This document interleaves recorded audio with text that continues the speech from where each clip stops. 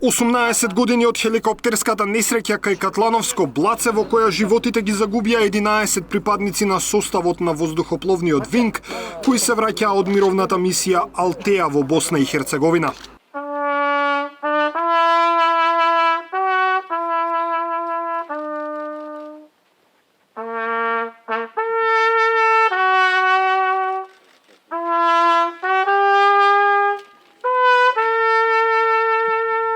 Семејствата на загинатите, како и делегации од Министерството за одбрана и Генералштабот на армијата, положија свежо цвеќе на споменобележјето. Важно е што сите заедно со началникот на Генералштабот, со генералите, со краначалникот, со сите припадници на армијата доаѓаме тука да покажеме дека овие луѓе никогаш нема да бидат заборавени.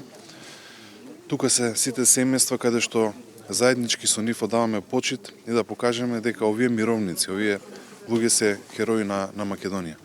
Затоа и секогаш Македонија нека ги памети, бидејќи со нивните дела покажале како се сака државата, како се сака татковината. Хеликоптерот Ми-17 се урна во селото Блаце на само 50 на метри од последните куќи во селото. Во услови на намалена видливост поради густа магла, хеликоптерот ја почнал постапката за слетување на Скопскиот аеродром.